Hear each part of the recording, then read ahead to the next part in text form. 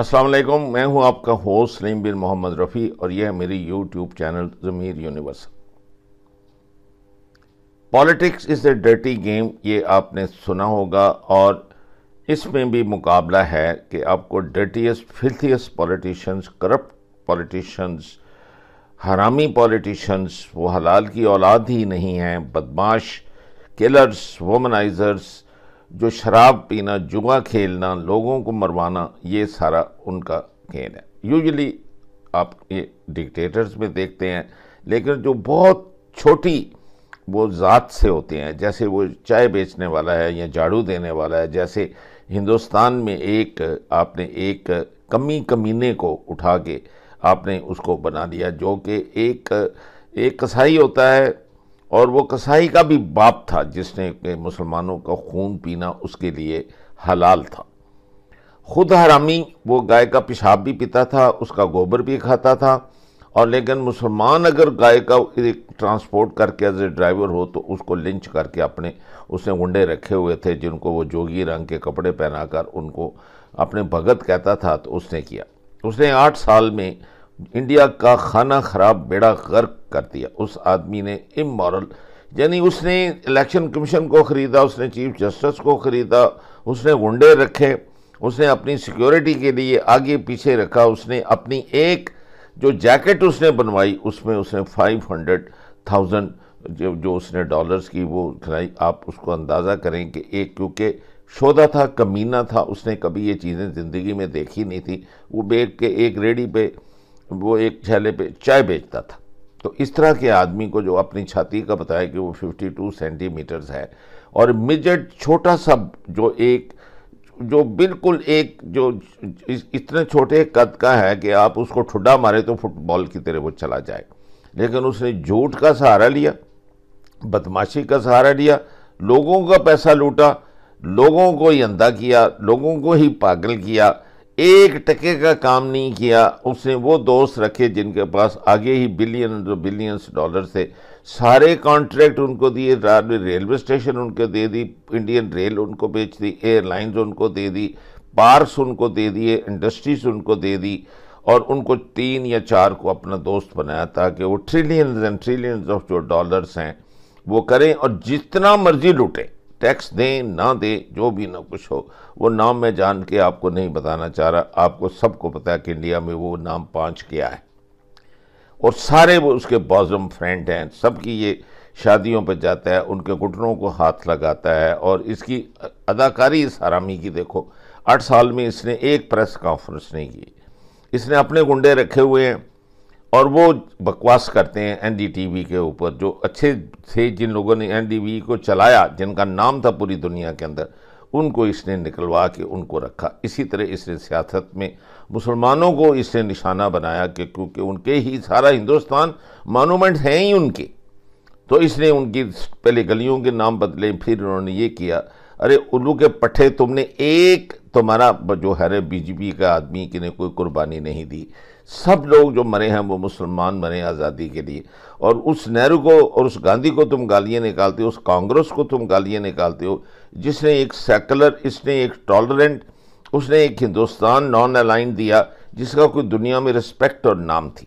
अब तो कंजरों के पास भी होते हैं, प्रोस्टिट्यूट्स के पास भी पैसे होते हैं, तो अपने पैसे के ऊपर बड़ा नाज कर रहा है। ये साले ऐसे उड़ना है। अब देख ले नेतन्याहू कहाँ वो गटर में गिरा पड़ा है, जिसके साथ तो गले मिल के कर रहा था कि वो अपनी टट्टी पेशाब का जो बहाने का जो सीवर है उसको प्रोसेस करके उससे पानी पीता है। उसके पास पानी भी नहीं है तो भी उसी तरह मरेगा। तो उस गाय के पेशाब को क्लीन करके पिया करेगा और उसका वो भूसा जो है ना वही उसको खाया करेगा।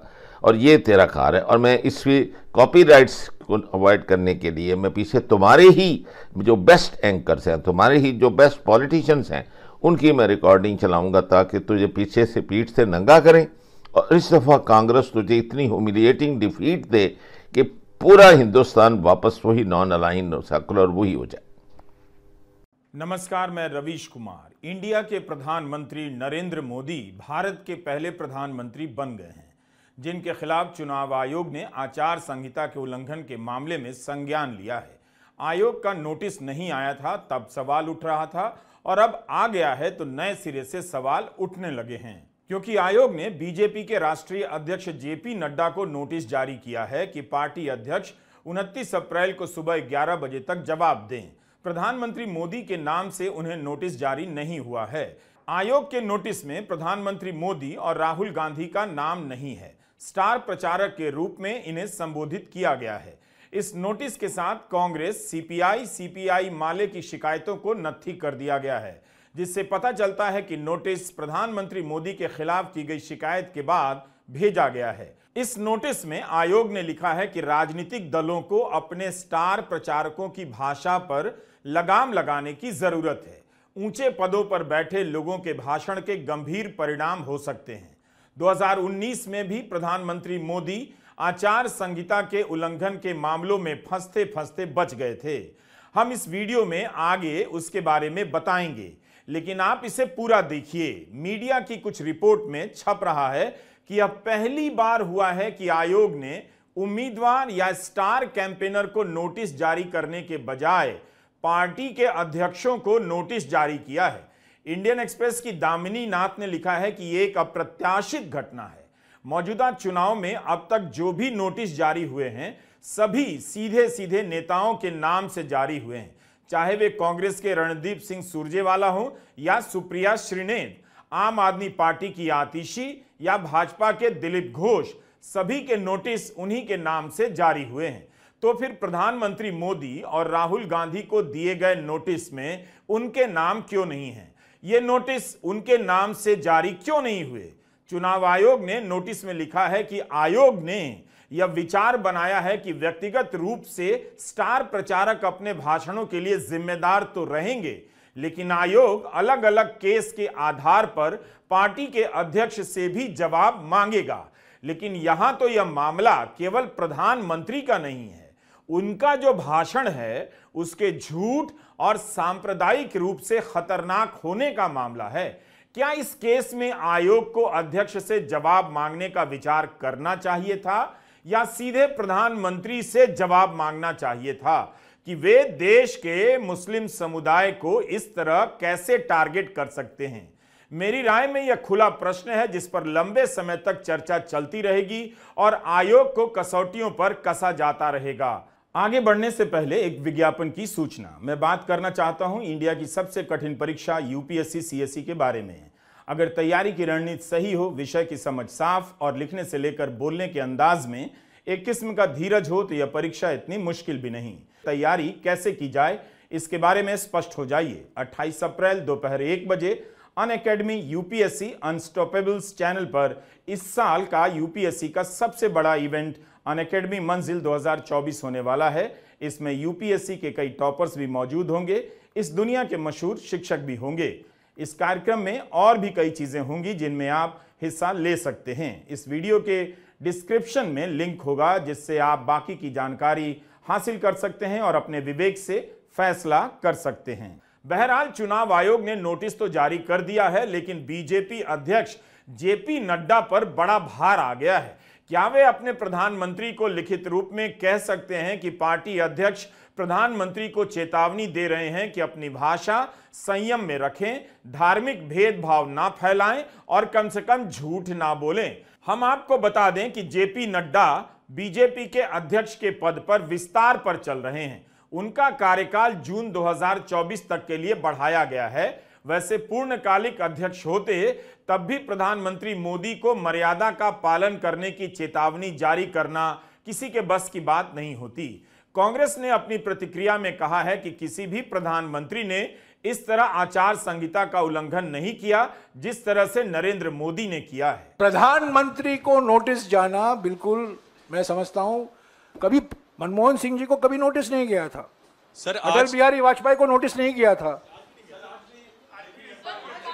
अरे पार्टी अध्यक्ष को गया है, क्यों गया है वो पता करिए ना। ठीक है, क्यों गया है पता करिए। वो एक औपचारिकता है, वो एक औपचारिकता है, पर क्यों गया है वो पता करिए। सर नरसिम्हा को कोई शिकायत के खिलाफ कोई शिकायत नहीं थी, अटल बिहारी वाजपेयी जी के खिलाफ कोई शिकायत नहीं की थी, मनमोहन सिंह जी के खिलाफ कोई शिकायत नहीं थी। प्रधानमंत्री की शिकायत हमने हम ये दूसरी बार हम कर रहे हैं। पहले तो हमने गृह मंत्री के खिलाफ शिकायत किया था, उसके खिलाफ कोई एक्शन नहीं, उसके बारे में कोई कार्रवाई नहीं हुई। हालांकि कार्रवाई हुई असम के मुख्यमंत्री के खिलाफ। हम ये उम्मीद करते हैं कि चुनाव आयोग निष्पक्ष तरीके से जो शिकायत आते हैं अलग अलग पार्टियों से, उस पर वो ध्यान दें, विचार करें, और जहां नोटिस देना जरूरी है वो दें। अगर हमें नोटिस मिला है तब उसका जवाब हम देंगे। प्रधानमंत्री मोदी ने जो वक्तव्य राजस्थान में दिया और जिन शब्दों का उन्होंने प्रयोग किया, जिस भाषा का प्रयोग किया, इतनी अमर्यादित भाषा का, वो शायद छुटभैया नेता भी ना करते। वो खुलकर हेट स्पीच थी। एक पर्टिकुलर समुदाय के खिलाफ इतने गंदे शब्द इस देश के चुने हुए प्रधानमंत्री ने बोले। हर आदमी का, हर व्यक्ति का सिर इस देश में लज्जा से झुक गया। लोग स्तब्ध रह गए कि कैसे इस देश का प्रधानमंत्री इस तरह की विषाक्त, इस तरह की जहर को उगल सकता है। लेकिन निष्पक्ष चुनाव आयोग ने पूरी निष्पक्षता दिखाते हुए मोदी जी को नोटिस इशू नहीं किया। इस बार नोटिस इशू किया गया है जेपी नड्डा को, जो भारतीय जनता पार्टी के अध्यक्ष है। मैं तो ये जानना चाहती हूँ, पत्रकार वार्ता में मोदी जी बगल में बैठेंगे, सवाल लेंगे अमित शाह, यहां पर मोदी जी गलत करेंगे, नोटिस जाएगा जेपी नड्डा को। अरे कोई छुई मुई है, कोई छोटे से सेरेलैक खाते बेबी है क्या मोदी जी? गलत करेंगे तो पूछा जाना चाहिए। अगर निष्पक्ष संस्था होती चुनाव आयोग, तो इस गंदी हेट स्पीच के लिए इस देश के प्रधानमंत्री को न सिर्फ नोटिस भेजती, कड़ी कार्रवाई करती, और वही होना चाहिए इस लोकतंत्र में। जिस तरह से चुनाव आयोग का इम्तिहान हो रहा है, अब उसी तरह से जेपी नड्डा का भी इम्तिहान शुरू हो जाएगा। सवाल उठ रहे हैं कि चुनाव आयोग ने सीधे प्रधानमंत्री को नोटिस जारी क्यों नहीं किया। इस नोटिस के बाद यह बड़ा सवाल बन गया है। चुनाव आयोग के अधिकार व्यापक होते हैं, लेकिन इस मामले में चुनाव आयोग को बड़ी लकीर खींचनी चाहिए थी। लोग देखना चाहते हैं कि आयोग की यह कार्रवाई संतुलन बिठाने भर की है या सख्त कार्रवाई की उम्मीद अब भी की जा सकती है। प्रधानमंत्री मोदी का भाषण कहीं से सामान्य चूक का भाषण नहीं था। उन्होंने उस एक भाषण में सांप्रदायिकता और झूठ बोलने की सीमाएं पार कर दी। यही नहीं, उसके बाद अनेक भाषणों में उसे कई तरह से दोहराया है। चुनाव आयोग ने जनप्रतिनिधित्व कानून की धारा 77 के तहत नोटिस जारी किया और स्टार प्रचारकों पर लगाम लगाने के लिए पार्टी अध्यक्ष को जिम्मेदार माना है। इसी तरह का नोटिस राहुल गांधी के मामले में जारी हुआ है। कांग्रेस अध्यक्ष मल्लिकार्जुन खड़गे को भी नोटिस जारी हुआ है। देखना है कि खड़गे और नड्डा में से बेहतर जवाब किसका आता है। आयोग ने अपने नोटिस में कहा है कि स्टार प्रचारक से उम्मीद की जाती है कि बहस का स्तर ऊंचा करने में योगदान दें, राष्ट्रव्यापी सोच की मिसाल दें, जिससे कई बार लोकल लेवल पर लड़ाई के कारण नेता भटक जाते हैं। जब कड़वाहट फैले तब स्टार प्रचारक से उम्मीद की जाती है कि वह मामले को शांत करने में मदद करे। यह बताना जरूरी था, क्योंकि लोग सवाल कर रहे हैं कि जब उल्लंघन इंडिया के प्रधानमंत्री ने किया है तो नोटिस बीजेपी के अध्यक्ष को क्यों गया है। आप बिल्कुल इस तरह के सवाल पूछ सकते हैं कि रेड लाइन क्रॉस करने पर लाइसेंस ड्राइवर का जब्त होगा या कार के मालिक का। इस सवाल के साथ हमें सुप्रीम कोर्ट की वह बात याद आ रही है जब कोर्ट ने चुनाव आयुक्त अरुण गोयल की नियुक्ति को चुनौती देने वाली याचिका की सुनवाई के दौरान यह कहा था कि देश को घुटनों के बल झुककर सरकार की हां में हां मिलाने वाला चुनाव आयुक्त नहीं चाहिए, यसमैन नहीं चाहिए। कोर्ट ने कहा कि देश को ऐसे चुनाव आयुक्त की जरूरत है जो जरूरत पड़ने पर प्रधानमंत्री पर भी कार्रवाई करे, उसके घुटने कमजोर नहीं होने चाहिए। अगर चुनाव आयुक्त ऐसे में प्रधानमंत्री पर कार्रवाई नहीं कर सकता तो क्या यह पूरी व्यवस्था के चरमरा जाने वाली बात नहीं होगी। यह खुद कोर्ट ने कहा। आप नवंबर 2022 की खबरें पलटकर देख सकते हैं। आयोग को जनता की निगाह में खरा उतरना है कि वह प्रधानमंत्री के खिलाफ एक्शन ले सकता है और वह किसी का यस मैन नहीं है। प्रधानमंत्री मोदी ने चुनाव आयोग को मुश्किल इम्तिहान में डाल दिया है और चुनाव आयोग ने जेपी नड्डा को। दिलचस्प समय है। हमें ध्यान रखना चाहिए कि इंडिया में सबसे पहले किसी भी प्रधानमंत्री के खिलाफ नोटिस जारी हुआ है तो उनका नाम नरेंद्र मोदी है। 21 अप्रैल को राजस्थान के बांसवाड़ा की रैली में प्रधानमंत्री मोदी की भाषा खराब ही नहीं थी, बल्कि भाषण का यह हिस्सा खतरनाक भी था। उनके इस बयान पर अगर आयोग चुप रह जाता तो जनता के बीच उसकी साख को गहरी चोट पहुंच जाती। 22 अप्रैल को कांग्रेस पार्टी और अन्य दलों ने राजस्थान के बांसवाड़ा में प्रधानमंत्री के बयान को लेकर शिकायत की, जिसमें उन्होंने माताओं बहनों से मंगलसूत्र लेकर मुसलमानों में बांटने का झूठ बोला था और इस पूरे बयान का टोन बेहद सांप्रदायिक रखा। कांग्रेस ने ज्यादा बच्चे वाले बयान की भी शिकायत की। ये दोनों ही बातें प्रधानमंत्री मोदी के इस बयान का हिस्सा हैं जो आप सुनने जा रहे हैं। और पहले जब उनकी सरकार थी उन्होंने कहा था कि देश की संपत्ति पर पहला अधिकार मुसलमानों का है। इसका मतलब ये संपत्ति इकट्ठी करके किसको बांटेंगे? जिनके ज्यादा बच्चे हैं उनको बांटेंगे। घुसपैठियों को बांटेंगे। क्या आपकी मेहनत की कमाई का पैसा घुसपैठियों को दिया जाएगा? आपको मंजूर है? ये कांग्रेस का मैनिफेस्टो कह रहा है कि वो माताओं बहनों का सोने का हिसाब करेंगे, उसकी जड़ती करेंगे, जानकारी लेंगे और फिर उस संपत्ति को बांट देंगे और उनको बांटेंगे जिनको मनमोहन सिंह जी की सरकार ने कहा था कि संपत्ति पर पहला अधिकार मुसलमानों का है। आमतौर पर ऐसे खतरनाक बयानों के लिए चुनाव अभियान में हिस्सा लेने से ही रोक देना चाहिए, लेकिन क्या आयोग माफी टाइप की सफाई से संतुष्ट हो जाएगा या कार्रवाई करेगा? क्योंकि जब भी किसी ने धार्मिक भेदभाव या धर्म के नाम पर उकसाने वाला भाषण दिया है, चुनाव आयोग ने उसे चुनाव प्रचार से बैन किया है। 2019 के चुनाव में यूपी के मुख्यमंत्री योगी आदित्यनाथ ने इतना भर कह दिया कि विपक्षी पार्टियों की आस्था अली में है तो हमारी आस्था भी बजरंग बली में है। चुनाव आयोग ने इसी के बाद योगी आदित्यनाथ के प्रचार करने पर 3 दिनों की रोक लगा दी। योगी 3 दिनों तक प्रचार नहीं कर सके थे। आप हमारे साथ बने रहिए। हम इस वीडियो में राहुल गांधी के नोटिस पर भी बात करेंगे और इस पर भी कि 2019 में प्रधानमंत्री नरेंद्र मोदी किस तरह आचार संहिता के मामले में फंसते फंसते बच गए थे। प्रधानमंत्री का भाषण घोर सांप्रदायिक था और झूठ से भरा। ऐसा कभी नहीं हुआ कि भारत के किसी प्रधानमंत्री के भाषण को लेकर आचार संहिता के मामले में संज्ञान लिया गया हो और उनकी पार्टी के अध्यक्ष से जवाब मांगा गया हो। भारत के इतिहास में नरेंद्र मोदी पहले प्रधानमंत्री बन गए हैं। बीजेपी का आईटी सेल चाहे तो नेहरू का इतिहास खंगाल सकता है कि नेहरू को आचार संहिता के मामले में नोटिस जारी हुआ था या नहीं।